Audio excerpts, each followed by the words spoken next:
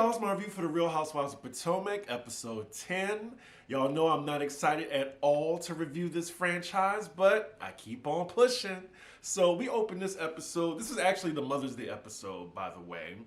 We're starting off with Karen. She's with her daughter getting a tattoo. Now, even though I'm going to fast forward through this, I do want to point out that Karen getting a tattoo, it was pretty funny, but all she got was like a little lowercase g. And, you know, it was symbolic for her as well as her daughter, but a lowercase g, like that was it. It took literally maybe a minute to do.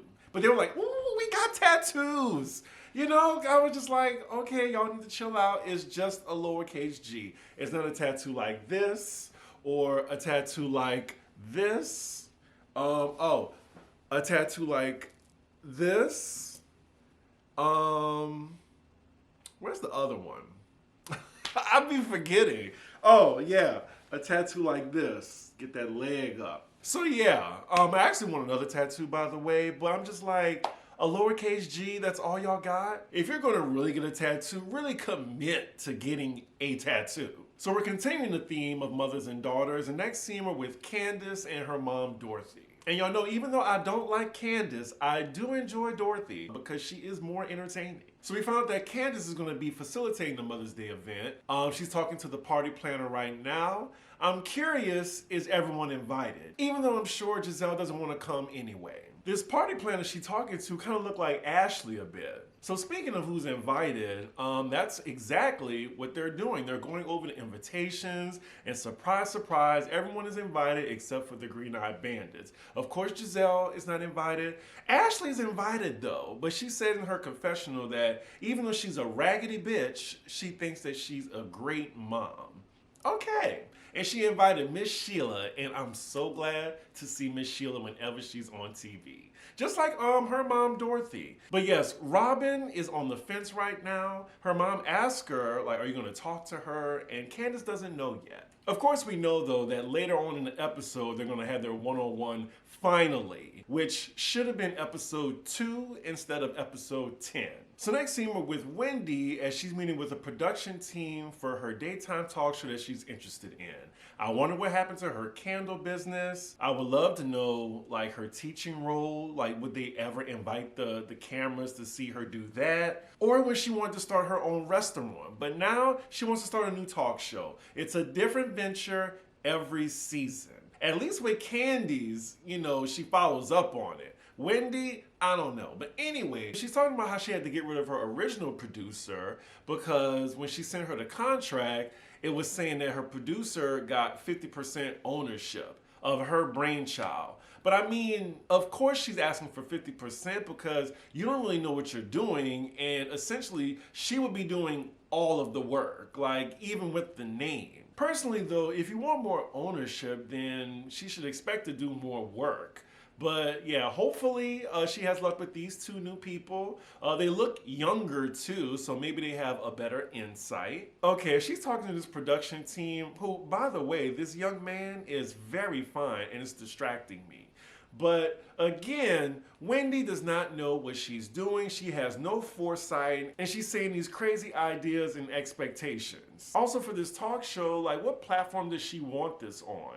Like, does she just want to do this on a TikTok and just have little mini episodes? Or do you want it on a YouTube platform? Has she started one? Is she shopping at Bravo? Like what? So she wants this show off the ground in 1 month. But she has no concept. She wants the production team to come up with it for her.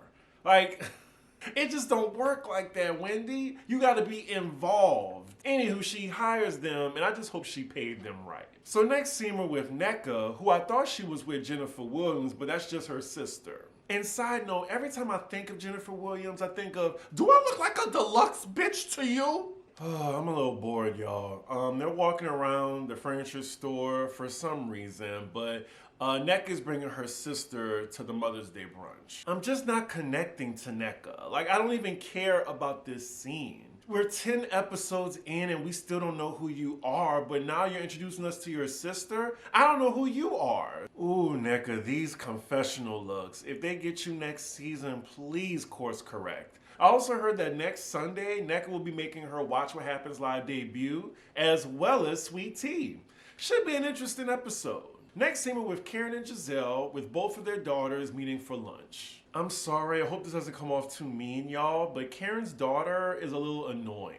Like, is it just me? Like, she's just so gregarious, bubbly, she talks a lot, and I don't know. It's just something about her just annoys me. And she's grown, so I can talk about it. I think she's just doing too much. I don't know. So Giselle brought her eldest daughter, who's going off to college, and I'm guessing Karen brought her daughter to give her some advice about college. Oh boy, this seemed like another fast forward scene, y'all, but I'ma let it play out. Like, I think it's great that Karen and Giselle are getting along and they're having bonding time with their daughters together, but I want to see some mess. So now we're getting the background on how Karen and Giselle met, and then we're getting our little season 1 flashback. Ooh, those season 1 wigs, So Karen's daughter is telling Giselle's daughter, her experience with college.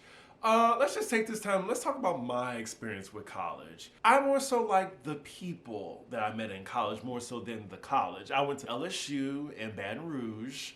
This is when they still had the purple and gold Confederate flags. I hated Baton Rouge, but I did have my independence and I had good friends. And, it's also where, I met my ex and I stole his friends and blah, blah, blah. But as far as like the college experience, I would say it was good. It was like me finding myself through what interests me. Of course, I had a part-time job and college at the same time, so I was on the 5-year plan. I will say if I could do it all over again, I would have got an internship, maybe some more job experience when before I got my degree, instead of me graduating and be like, what now? And also find out what I really wanted to study the first year, because I changed my major twice. All right, well, that's the end of that scene. So next scene we're with Robyn and Juan and their kids all together going to the physical therapist. I gotta say, this is the most we've seen Juan during the season in a very long time. So during this, Robyn gets a text from Candiace asking can they meet up one-on-one, and she wants to invite her to the Mother's Day brunch, her and her mom, so they can get over it. Robyn seems like she has the mindset that she's done with Candiace and just saying that, I don't need an apology from you, I'm done. It just really seems one-sided, and Candiace still wants Robyn's friendship, but if you really want her friendship, then you're gonna have to take some accountability on what you did. It can't just be all Robyn's fault. So yet again, we're treated to a scene of Juan embarrassing Robyn. Robyn's talking to him about his job search and then mentioning the fact that they should spend more time together. He's asleep, or at least pretending to be asleep while she's talking. All right, well, next scene we're with Ashley and her mom, Miss Sheila. Oh, Sheila. Why so many of y'all say she lived under a bridge? Did Alex start that? So we just see the both of them getting ready because it's the day of Candiace's Mother's Day event. So the ladies that were invited start to arrive, and this was like a really nice event that Candiace put on. It's given luxury, finally something is. Not sure if I like what Candiace is wearing. It just looks like she's playing dress up in her mom's or big sister's clothes. Mia looks great. She says she's not bringing her mom. I'm thinking they still have issues. Y'all notice that everyone that Mia's brought on, they're now not in a good relationship, like her mom, Jacqueline, hell, her husband. So more of the ladies arrive and we see Charisse. And the camera, of course, captures Karen's face when she walks in. It looked like she just bit into a lemon. Okay, so again, we see Wendy's friend Kiarna. I still don't know who this is, this random person. She has not talked, much like Dr. Alicia from Married to Medicine. So then we find out that Wendy isn't coming because she's celebrating the release of her book on paperback. But Candiace feels yes, it's the book, but another reason she's not coming is because Nneka's there. So we're at the table, and at the far end, we see Mia and Charisse talking. Of course, Messy Mia asks her, how is she with Karen? And Charisse's like, of course, I'm not good with her. But then Charisse tells Mia that she actually ran into Jacqueline and talking to her, she cried when she was talking about Mia. She then says Nneka met Jacqueline, but Jacqueline was just talking shit about Mia to Nneka. We cut to Mia's confessional. She said she hasn't spoken to Jacqueline in over a year. They still haven't patched things up. I think present day they're getting along now. I'm not sure. But then we cut to Nneka's confessional, and she says that Jacqueline was talking her ear off for 2 hours about Mia. She said it was an experience. So the brunch continues. The food, it don't look that great, y'all. Where is the fried chicken, the scrambled eggs, some bacon, waffles, something, grits? We then cut to Charisse talking to Ashley, trying to get the tea out of her about when she's gonna sign her divorce papers. She still hasn't gotten to it. The whole thing is strange to me. I don't think she wants to get divorced anymore. Yeah, it looked like Charisse called it in her confessional. Like Ashley staying so she could still have access to the money. So this scene, it's a little dry. Like we're missing 3 housewives, the Green-Eyed Bandits and Wendy.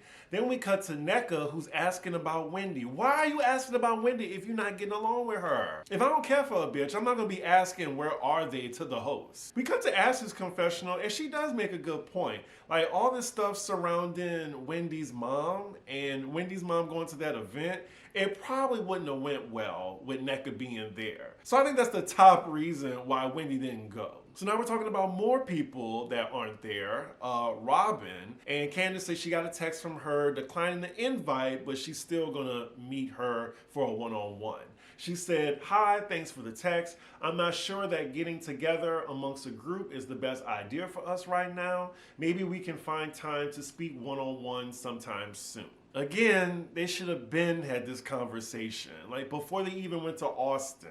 Oh man, y'all know I've seen every season of Potomac and it's just getting worse and worse. Like 10 episodes in, like y'all, it took me all day just to get to this because I was dreading reviewing it. I'm trying to make it fun. I hope y'all enjoying it, but I'm just not enjoying this season. Like this Mother's Day brunch is boring. I'm just call a spade a spade. Like we're already missing 3 wives. And I'm not saying that the Green-Eyed Bandits are entertaining, but it just would have been nice to just have the whole cast involved in this. So speaking of that, Ashley's asking, so when's the next time the whole group is gonna be around? And she asked Karen if she's gonna invite everyone to Surrey. And Karen says, no, actually. She said it's an insurance risk. And she says, y'all know how y'all act.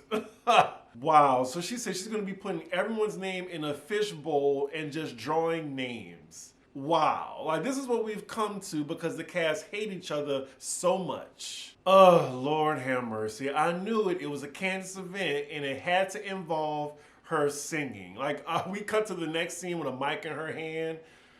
Fast forward. I will admit though, she sounds good, but she might as well be singing Twinkle Twinkle Little Star. Like, I do not care.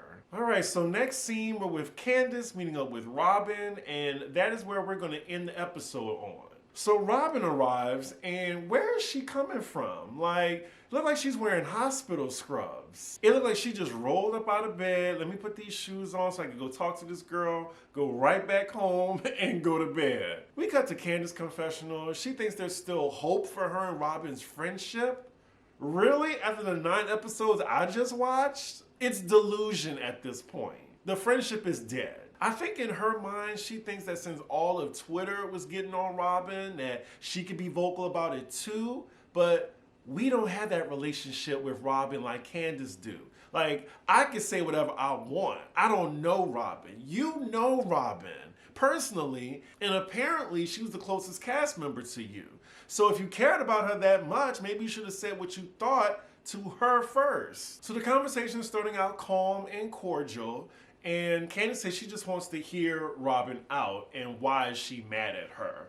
And Robyn states that she was talking about her on every media platform about a decision she made that had nothing to do with her. And we see the tweets that Candiace wrote. And while we reserve the right to be judicious about what we share, there's a special brand of audacity attached to individuals who will knowingly bury the lead in exchange for damning and salacious lies.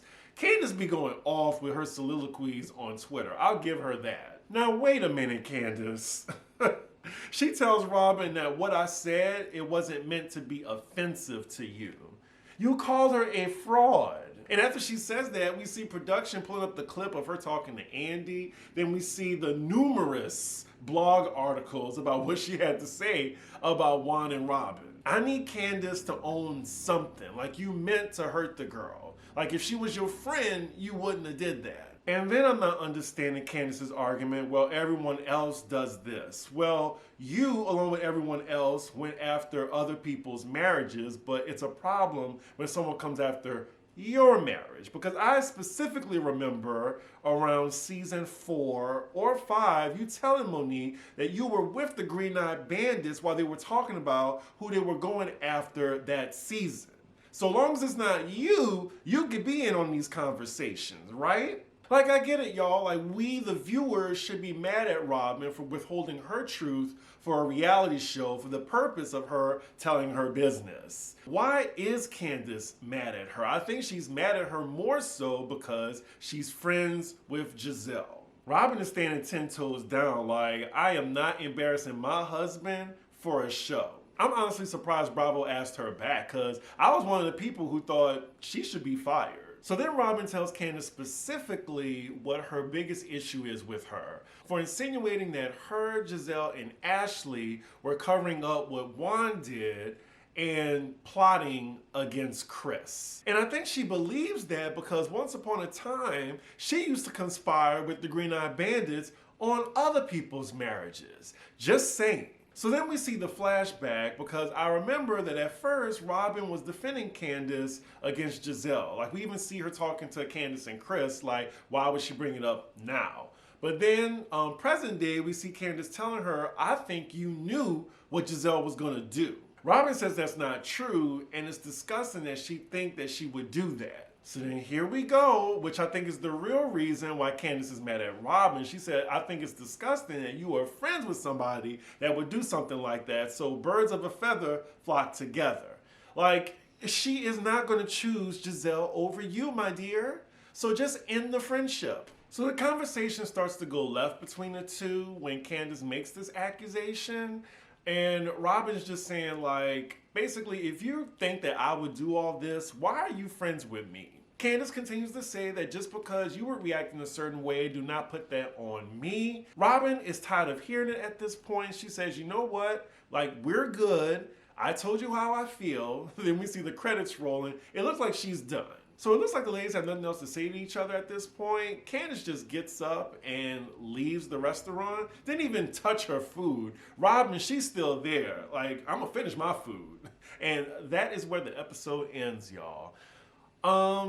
This was a whack-ass episode. I mean, I give it like a C-. I'm glad that they nipped this in the bud. So now their friendship is donezo. I'm not really sure how we can move forward. It's starting to look like either one side has to go. Like, I think Candiace is gonna have to go, or the Green-Eyed Bandits are gonna have to go, or we're just gonna have to start from scratch. Y'all let me know in the comments. Also, y'all let me know whose side are y'all on. Again, I forgot to say my disclaimer at the beginning of this review that my thoughts and opinions are my own. Do not get mad at me for them. This is just a silly reality show, but I am curious to know what y'all think. But don't judge me because of what I think. Thank you. We still have probably 5 more weeks of episodes left, so I have my fingers crossed. With that, make sure you like, comment, and subscribe, and I will see you for the next episode. Bye.